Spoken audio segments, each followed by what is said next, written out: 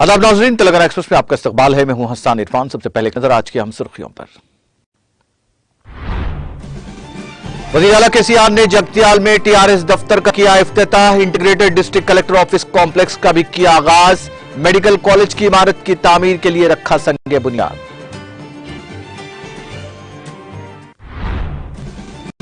तेलंगाना को हिंदुस्तानी सियासत पर होना चाहिए असरअंदाज। मुल्क को बदलने की है जरूरत। राइतु बंधु की रकम आइंदा 10 दिनों में बैंकों में की जाएगी जमा। जगतियाल में वज़ीर आला केसीआर का जल से आम से खिताब।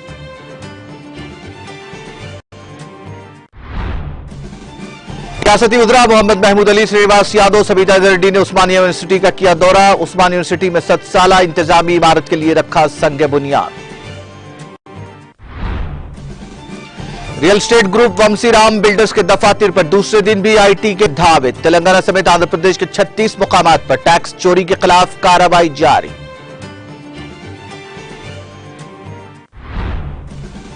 तेलंगाना में 9 तक 11 दिसंबर हल्की तो औसत बारिश का इम्कान। रियासत में 7 और 8 दिसंबर को मौसम खुश्क रहेगा। महकमा मौसमियात की पेशकियासी।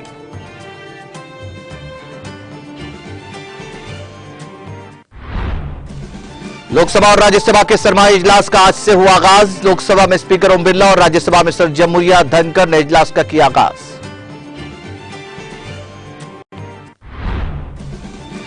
राज्यसभा धनकर की क़ियादत में एक मौसर प्लेटफॉर्म बनेगा। वजीर आजम मोदी का राज्यसभा में खैर मकदमी खिताब।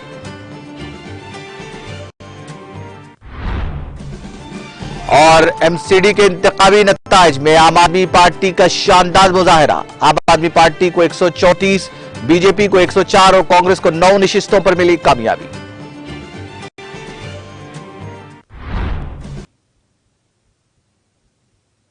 और अब खबरें तफसील से। वज़ीर आला केसीआर ने जिले जगतियाल का हंगामी दौरा किया। वज़ीर आला केसीआर जो हेलीकॉप्टर के जरिए जिले हेडक्वार्टर पहुंचे, कलेक्ट्रेट के अहाते में उतरे, जहां से उन्होंने टीआरएस पार्टी के नए जिले दफ्तर का रुख किया और इसका इफ्तिताह अंजाम दिया। बाद में उन्होंने जगतियाल मेडिकल कॉलेज की मुजव्वजा इमारत के लिए संगे बुनियाद रखा और integrated district collector office complex का भी इफ्तिताह किया। वज़ीर आला ने ओहदेदारों और अवामी नुमाइंदों के साथ इस मौके पर एक जायजा इजलास भी मुनक्किद किया।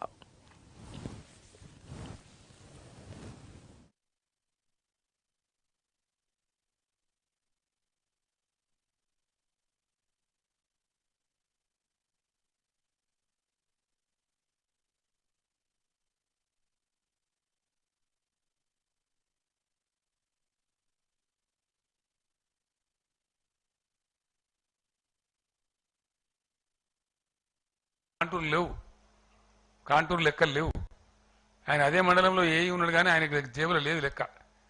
కాంటూరు బుక్కులు ప్రింట్ చేయించినాం. ఏ మండలం ఏ కాంటూరులో ఉంది, ఏ లెవెల్లో ఉందని బుక్కులు ప్రింట్ చేయించి ప్రతి ఇంజనీర్ జేబులో పెట్టి మీరు పొద్దాగా చూస్తూ ఉండాలని చెప్పి వాళ్ళు ఎడ్యుకేట్ చేసి చేసిన పని ఏంటంటే ఒక 19 ఇంటేక్ వెల్స్ నుంచి నీళ్లు తీసుకోవడం, దాన్ని దాదాపు 150 పైచీలకు శుద్ధి కేంద్రాలలో పర్ఫెక్ట్గా శుద్ధి చేయటం, చేసిన నీటిని ఎక్కడికి పంప్ చేస్తారంటే తక్కువ డిస్టెన్స్లో తక్కువ ఉండేటువంటి దూరంలో ఈ 40,000 ట్యాంక్స్ కంటే ఎత్తుకు పంప్ చేస్తారు. ఇది టెక్నిక్. 40,000 ట్యాంకుల కంటే ఎత్తుకు పంప్ చేస్తారు. అక్కడి నుంచి అంత గ్రావిటీతోనే వస్తుంది. మళ్ళీ పవర్ లేదు, ఇక కరెంటు లేదు. ఊళ్ళో వచ్చి ట్యాంకులో పడతాయి నీళ్లు. మళ్ళీ ఊళ్ళో పంపు లేదు, సంపు లేదు, కుండి లేదు, ఏమీ లేదు. నీళ్లు ఎక్కడి నుంచి వస్తాయో ఆ ఊరు సర్పంచ్ గారు కూడా తెలియదు. ఒక్కొక్క పాయింట్ నుంచి 2,000 గ్రామాలకు నీళ్ళు పోయే పాయింట్ ఉంది. ఒక్కొక్క పాయింట్ నుంచి 2 నియోజకవర్గాలకు మొత్తం నీళ్ళు పోయేటువంటి పాయింట్ ఉంది. ఇదంతా ఎట్లా సాధ్యమవుతుంది? ఎంత కమిట్మెంట్ కావాలా, ఎంత పని చేయాలా ఎండకు వానకు. పంచాయతీరాజ్ ఇంజనీర్స్ ఎవరైతే ఆర్డబ్ల్యూఎస్లో ఉన్నారో దానిలో నా సెక్రటరీ స్మితా సల్వార్ గారు, మిత్రులు ప్రశాంత్ రెడ్డి గారు కూడా భగీరథ చైర్మన్గా ఉండ్రి. అనేక వేలాది మంది ఇంజనీర్లు అహోరాత్రాలు కష్టపడితే ఈ పని సాధ్యమైంది. ఈరోజు పరిశుద్ధమైన జలాలు ప్రతి ఇంటికి ప్రతిరోజు అందుతూ ఉన్నాయి. అంటే ఈ ఒక్క స్కీమ్ వెనక ఎంత తపన ఉంటుంది, ఎంత ఆలోచన ఉంటుంది, స్కీమ్ విజయవంతం కావాలని చెప్పేటువంటి దీర్ఘ దృష్టి ఉంటుంది. ఇది ఆలోచిస్తే అర్థమవుతుంది. స్కీములు రూపకల్పన చేయటం, ఉన్నతాధికారులు, మంత్రి మండలి, శాసనసభ్యులందరూ కూర్చొని దాన్ని గ్రౌండ్లో మితంగా ఇంప్లిమెంట్ చేయడం, ఆ కమిట్మెంట్ వల్లనే తెలంగాణ ఈరోజు మంచినీటి రంగం కావచ్చు, సాగు రంగం కావచ్చు, విద్యుత్ రంగం కావచ్చు, సంక్షేమ రంగం కావచ్చు, విద్యారంగం కావచ్చు, వైద్య రంగం కావచ్చు, జిల్లాకు మెడికల్ కళాశాల కావచ్చు, ఇవన్నీ కూడా ఎక్కడి నుంచి వస్తున్నాయి? 8 ఏళ్ల కింద వీటి ఊసు లేదు, వీటి జాడ లేదు, అడవులు నరకడం తప్ప చెట్లు లేవు. ఈరోజు అద్భుతమైనటువంటి వనీకరణ జరిగి చీఫ్ సెక్రటరీ గారు చెప్పినట్టుగా ప్రపంచంలోనే ఎక్కడ కూడా సాధ్యం కానటువంటి గొప్ప చైనా, బ్రెజిల్ తర్వాత 3వ అతిపెద్ద మానవ ప్రయత్నంగా మన తెలంగాణ రాష్ట్రంలో జరగడం మనందరికి గర్వకారణం. ఇంత అద్భుతంగా అనేక కార్యక్రమాలు మనం ఏది తీసుకున్నా అట్లానే పురోగమిస్తూ ఉన్నాం. మీ అందరినీ కూడా ఈ విజయాలు తెలంగాణ ప్రజానీకానికి, తెలంగాణ సమాజానికి సాధించి పెట్టిన మీ అందరికీ నేను హృదయపూర్వకంగా ప్రజలందరి తరఫున కూడా శిరస్సు వంచి నేను నమస్కారాలు తెలియజేస్తా ఉన్నాను. మిమ్మల్ని కోరేది ఒకటే, గ్రోత్ అనేది చాలా మందికి అర్థం కాదు. గ్రోత్ అనేది ఒక దశ వరకు స్టాగ్నేటెడ్గా ఉంటుంది, తట్టుకొని ఉంటుంది. ఒక దశ దాటితే అది మల్టీఫోల్డ్, మ్యానిఫోల్డ్ ఉంటుంది.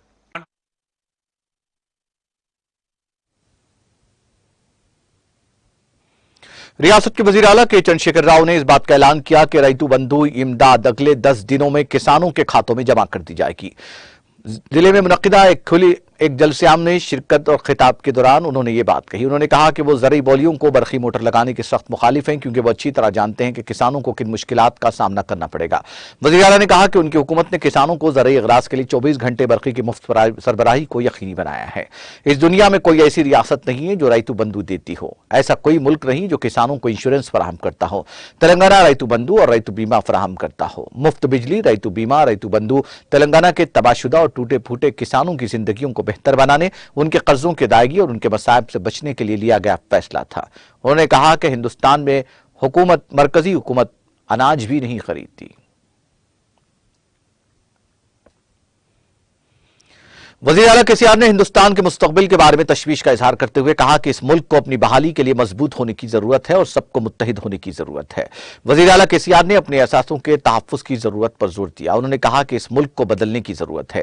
केसीआर ने मरकज में बरसर इख्तिदार बीजेपी हुकूमत पर सख्त तनकीद करते हुए कहा कि अगर हम अपने इर्द गिर्द जो कुछ हो रहा है उस पर तवज्जो न दें तो हम खतरे में हैं। अगर हमने एहतियात न की तो हमें डूबने का खतरा है, बहुत सख्त मारे जाने का खतरा है। तेलंगाना को हिंदुस्तानी सियासत पर असरअंदाज होने की जरूरत पर जोर देते हुए उन्होंने कहा कि यकीनन इन रिवायतों को जाना चाहिए, ऐसी हुकूमत को जाना चाहिए। उन्होंने कहा कि जब मोदी मुल्क के वजीर आजम बने तो क्या कुछ अच्छा हुआ? क्या उनकी हुकूमत ने ज़राअत, मीठे पानी और बिजली के मैदान में अच्छा काम किया है? वो सिर्फ मुकाले में अच्छी तरह पेश करते हैं। मेक इन इंडिया के नारे पर तंज करते हुए केसीआर ने कहा, बच्चों के पटाखे, पतंग का मांझा चीन से आता है, ये मेक इन इंडिया है। चिराग चीन से आते हैं, क्या हिंदुस्तान का कौमी परचम चीन से दरामद किया गया है? ये मेक इन इंडिया है। मौजूदा असासों को खत्म किया जा रहा है और पब्लिक सेक्टर के इदारों को फरोख्त किया जा रहा है। हमें अपनी जान और माल की हिफाजत करनी है। बरखी शोबे की निजीकारी की जा रही है। अगर ये अनारकी इसी तरह जारी रही तो सरमाएदारों की बादशाहत बन जाएगी, जिन्हें गरीब आवाम की भलाई नजर नहीं आएगी। बराहे करम सोचें, वो कहते हैं सबका विकास, लेकिन कोई विकास नहीं है। आंगनबाड़ियों के फंड्स में कटौती की जाएगी और वो बेटी पढ़ाओ बेटी बचाओ जैसे नारे लगाएंगे। ये धोखे के नारे कितने दिन चलेंगे? क्या कोई दिन ऐसा आता है जब बीजेपी की हुकूमत वाली रियासतों में खवातीन की असमत दरी और दलितों पर मजालिम न होते हों? इस मुल्क को बदलने की जरूरत है, वरना हम हर तरह से हार जाएंगे। मेक इन इंडिया में जो नहीं आया, इसके बावजूद मुल्क में 10,000 सनतें बंद हो गई। केसीआर का कहना था कि मैं इस मुल्क के किसी भी शहर में बहस के लिए तैयार हूं। 50 लाख लोगों की नौकरियां खत्म हो गई, 10,000 सरमायाकार मुल्क छोड़ रहे हैं।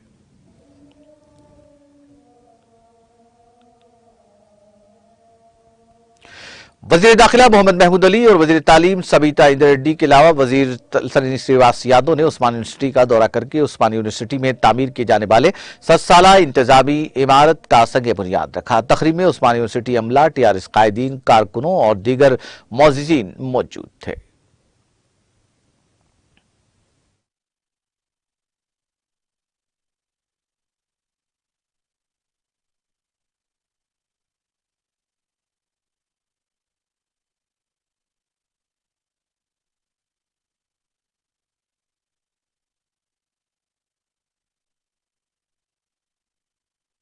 ఈరోజు ఉస్మాన్ యూనివర్సిటీ 100 ఏళ్లపై చిలుకున్న యూనివర్సిటీలో ఎన్నో ఉద్యమాలకు వేదికైన యూనివర్సిటీలో అన్ని అవకాశాలు కూడా కలగాలని, ఇక్కడ చదువుతున్న గ్రామీణ ప్రాంతాల్లోని విద్యార్థులకి సకల సౌకర్యాలు ఉండాలనే ఆలోచనతో గౌరవ ముఖ్యమంత్రి గారు తీసుకున్న నిర్ణయంతో లాస్ట్ వీక్లో ఒక హాస్టల్ బిల్డింగ్ ఫౌండేషన్ వేసుకోవడం జరిగింది. దాదాపుగా 38 కోట్లతోని దాని ఫౌండేషన్ వేసినాం. వీలైన తొందరలో దాన్ని పూర్తి చేయాలనే ఆలోచన.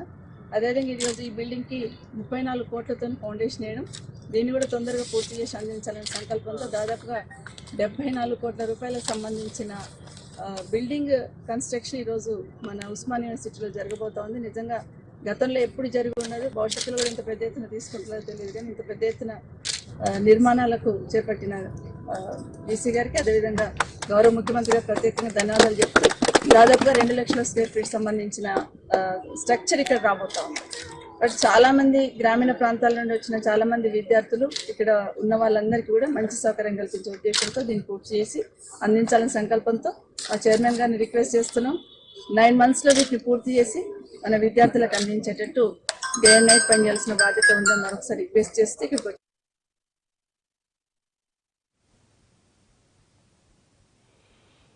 तेलंगाना हरितारम की वजह से तेलंगाना में आला पैमाने पर शजरकारी हुई है, जिससे तेलंगाना आवाम को पाक साफ ऑक्सीजन मुहैया हो रही है।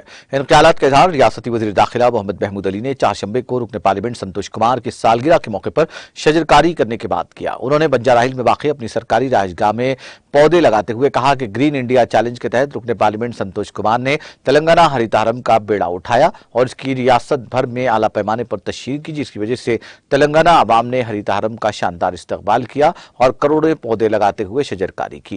वजीर दाखिला ने कहा कि शजरकारी से मौसम में तब्दीली वाक़ई होती है, जैसे बेहतरीन बारिश, गर्मी की शिद्दत में कमी, साफ और पाकीज़ा ऑक्सीजन और फजाई आलूदगी में कमी वाक़ई होती है।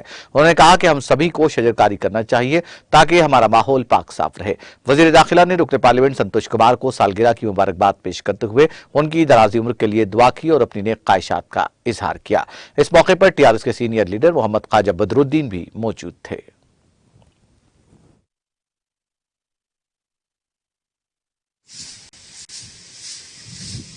आज हमारी पार्टी के एमपी जनाब संतोष कुमार साहब का जन्मदिन पर, क्योंकि उनका जो सपना है हरितारम और सारा तेलंगाना को और इंडिया को का उन्होंने एक बीड़ा उठाया, उसके लिए हमें उनके जन्मदिन पर मुबारकबाद देते हैं। और यहाँ पर शहर में जहाँ जहाँ पर मौका है, खुली जगह है, सारे तेलंगाना में वहाँ लोग झाड़ लगा रहे हैं। और आज हमारे बदर भाई भी हमारे साथ है और यहाँ पर झाड़ लगाया गया है, क्योंकि संतोष साहब हमेशा ग्रीन इंडिया चैलेंज को एक्सेप्ट करते हुए एक चैलेंज के तहत सारी जगह हरा भरा बनाना चाहते हैं। हरा भरा बनाना बहुत ज़रूरी है, इंसान को ऑक्सीजन की बहुत सख्त ज़रूरत होती है। सारे हिंदुस्तान में पोल्यूशन दिन ब दिन बढ़ता जा रहा है, जितने हम झाड़ लगाएंगे उससे बहुत बड़ा फ़ायदा होगा और हमें ऑक्सीजन मिलेगी और हमारी सेहतों पर बहुत बड़ा इसका फ़ायदा नज़र आएगा। उसके लिए मैं संतोष साहब को उनकी जन्मदिन पर दिल की गहराइयों से मुबारकबाद देता हूँ।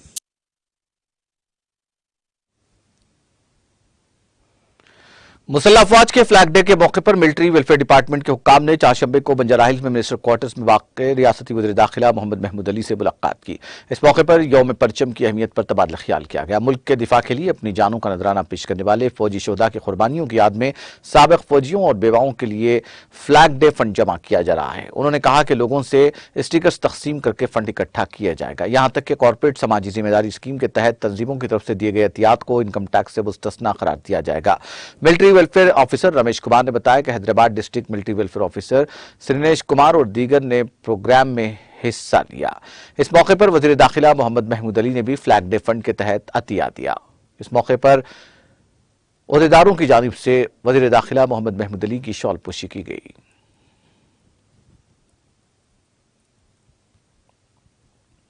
हल्का असेंबली मलकपेट से ताल्लुक रखने वाले टीआरएस के कायदीन का एक इजलास आजमपुरा टीआरएस दफ्तर पर वजीर दाखिला मोहम्मद महमूद अली की निगरानी में मुनक्किद हुआ।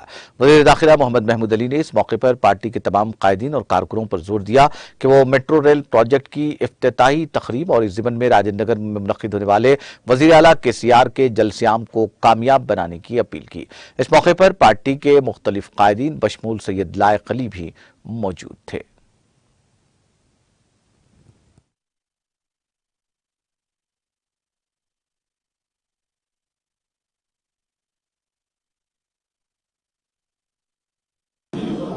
तमाम डिवीज़न के प्रेसिडेंट और पार्टी के अहम कायदीन और हमारे चेयरमैन साहबा, बहुत से जो 2001 से काम करने वाले लीडर्स आज की इस मीटिंग में शरीक रहे।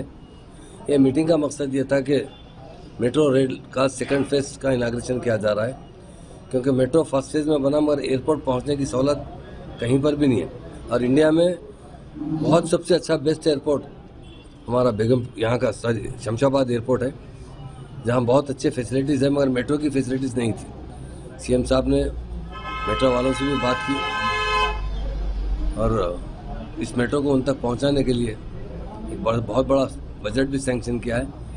9 दिसंबर को उसका फाउंडेशन रखा जा रहा है।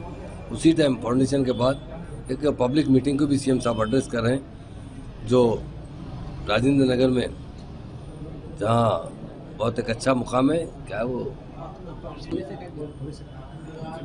राजेंद्र नगर पुलिस एकेडमी में हज़ारों की तादाद में टीआरएस के कायदीन शरीक हो रहे हैं और बहुत इंपॉर्टेंट कायदीन ज़्यादा शरीक हो रहे हैं। तो आज मलकपेट के भी तमाम लीडरों से, इंचार्जों से, डिवीज़न इंचार्जों से और अहम लीडरों से बातचीत हुई। मलकपेट कांस्टिट्यूंसी से भी काफ़ी लोग, मुझे उम्मीद है 400 से 500 आदमी जो है मलकपेट कांस्टिट्यूंसी से भी इस मीटिंग में शरीक होंगे और हमारे ऑनरेबल सीएम साहब खुद उसे एड्रेस करेंगे। और इस मेट्रो से हैदराबाद के लोगों को भी बड़ा फ़ायदा पहुंचेगा, ओल्ड सिटी को भी फ़ायदा पहुंचेगा। जो लोग एयरपोर्ट जाना चाहते हैं तो कनेक्टिविटी तो बराबर है, यहाँ चादरघाट से कनेक्टिविटी है, तो लोगों को तो चादरघाट तक आना पड़ेगा। वहाँ से इजी कनेक्टिविटी है कि मेट्रो आप एयरपोर्ट तक पहुँच सकते हैं और एयरपोर्ट वालों ने बहुत अच्छे फैसिलिटीज़ प्रोवाइड करने का वायदा किया है। तो उसी के लिए इनाग्रेशन के साथ एक बड़ी मीटिंग रखी जा रही है। उस मीटिंग में शिरकत करने के लिए तमाम टीआरएस के कायदीन से गुजारिश की गई। इम्पॉर्टेंट टीआरएस के सीनियर कायदीन ने शिरकत की और इंशाल्लाह 9 तारीख के दिन सुबह 10 बजे तक ज़रूर इस मीटिंग में पहुँचेंगे और उसे सक्सेस करेंगे और तमाम का मैं शुक्रिया अदा।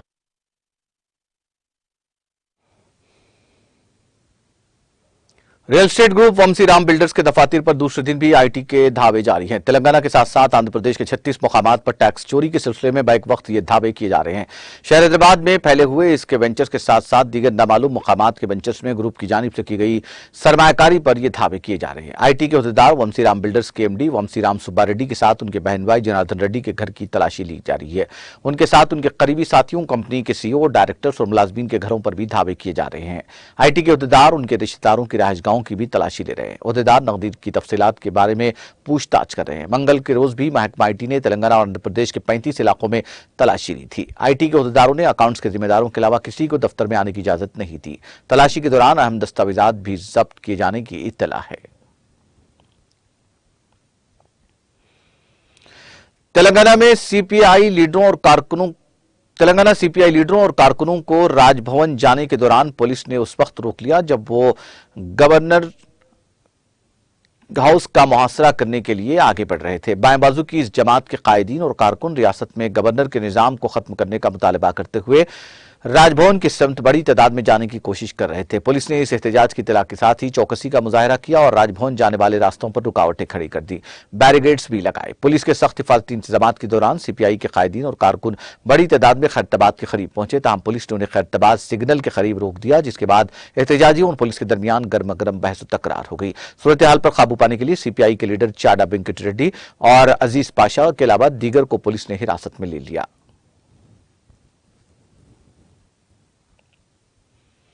महकमा मौसमियात ने कहा कि जुमा और हफ्ते को तेलंगाना के बाद मुकामात पर हल्की तवसत बारिश का इम्कान है। अपनी रिपोर्ट में महकमा मौसमियात ने कहा कि इतवार को भी बाज़ मुकामात पर इसी तरह की सूरत हाल बरकरार रहेगी। 7 और 8 दिसंबर को तेलंगाना में मौसम खुश्क रहेगा। अकल तरीन दर्जा 12.8 डिग्री सेल्सियस मंगल और चारशंबे की दरमियानी शब मेदक में दर्ज किया गया।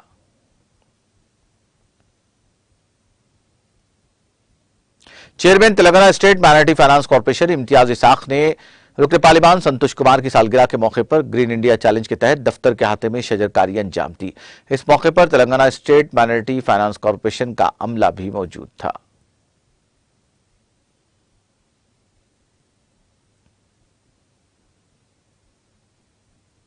रुकन असेंबली जुबली हिल्स और सदर टीआरएस जिला हैदराबाद एम गोपीनाथ ने रागड्डा डिवीजन और बुराबंडा का दौरा करते हुए 1 करोड़ 50 लाख की लागत से तामीर की जाने वाले मुख्तलिफ तरक्याती कामों के लिए संग बुनियाद रखा। इस दौरान रुकन असेंबली गोपीनाथ ने रागड्डे में वाक़ ख्वाजा मस्जिद के पास 50 लाख की लागत और नूर मस्जिद के पास 50 लाख की लागत के अलावा बोराबंडा में 50 लाख की लागत से तामीर की जाने वाले सीसी रोड के कामों का संग बुनियाद रखा। इस मौके पर मीडिया से बात करते हुए रुकन असेंबली गोपीनाथ ने कहा कि रियासत में वज़ीर आला KCR की ज़ेर क़यादत टीआरएस हुकूमत की जानिब से इस इलाके की तरक्की के लिए बेमिसाल इकदाम किए जा रहे हैं। इस मौके पर Erragadda corporator Shaheen, MD Sharif, division सदर D Sanju, general secretary Sheikh Sharif Qureshi, G Mallesh, Vijay Kumar, Vijay Simha के अलावा दीगर TRS कायदीन और कारकुन मौजूद थे। आज जुबली असेंबली कॉन्स्टिट्यूंसी में एर्रगड्डा बोरबंडा डिवीज़न में CC रोड्स इनाग्रेशन प्रोग्राम को आए। यहाँ हमारे कारपोरेटर शाहीन बेगम और शरीफ भाई यहाँ तकरीबन 1 करोड़ के CC रोड्स के वर्क आज इनाग्रेशन करे। एर्रगड्डा में बोरबंडा में 50 लाख का मेन रोड का CC रोड का इनाग्रेशन करे। हमेशा TRS गवर्नमेंट आए जब डेवलपमेंट के इशू में हम लोग हर एक गली गली रहें तो सब डेवलप करते जा रहे।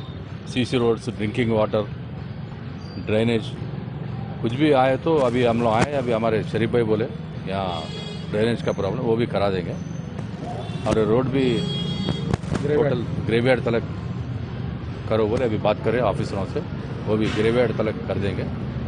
ऐसे कुछ भी प्रॉब्लम्स रहें तो हम लोग हमेशा हमारे CM KCR साहब डेवलपमेंट के लिए नंबर 1 CM है इंडिया में। ऐसा स्टेट है आज तेलंगाना स्टेट, इंडिया में कोई भी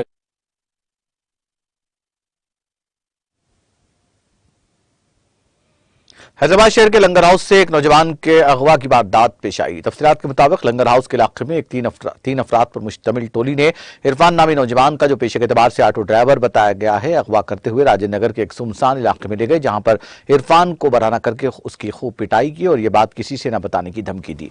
अगवा कुनिंदर ने कहा कि उनकी बात न सुनने वालों का यही हश्र होगा। पुलिस राजेंद्र नगर ने मुतासिरा इरफान की शिकायत पर एक मुकदमा दर्ज करके तहकीकात का आगाज कर दिया।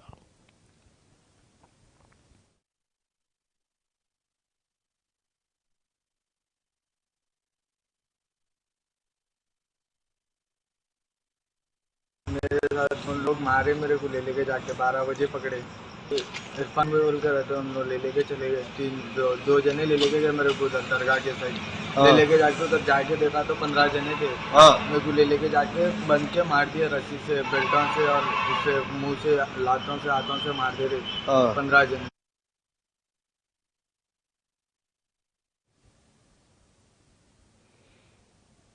वरंगल में म्यूनिसिपल कॉन्ट्रैक्ट वर्कर्स की उजरत में इजाफे के मुतालबे के तहत ग्रेटर म्यूनिसिपल दफ्तर के रूबरू एहतजाज मुनज़्ज़म किया गया। इस मौके पर CITU रियासती नायब सदर उपलैया, MRPS कायदीन, भिक्षापति, धर्मराजू के अलावा दीगर ने शिरकत की। इस मौके पर इन कायदीन ने म्यूनिसिपल कॉन्ट्रैक्ट मुलाजमीन की उजरत में इजाफा करते हुए उन्हें कम अज कम 21,000 रुपए की अदायगी का मुतालबा किया।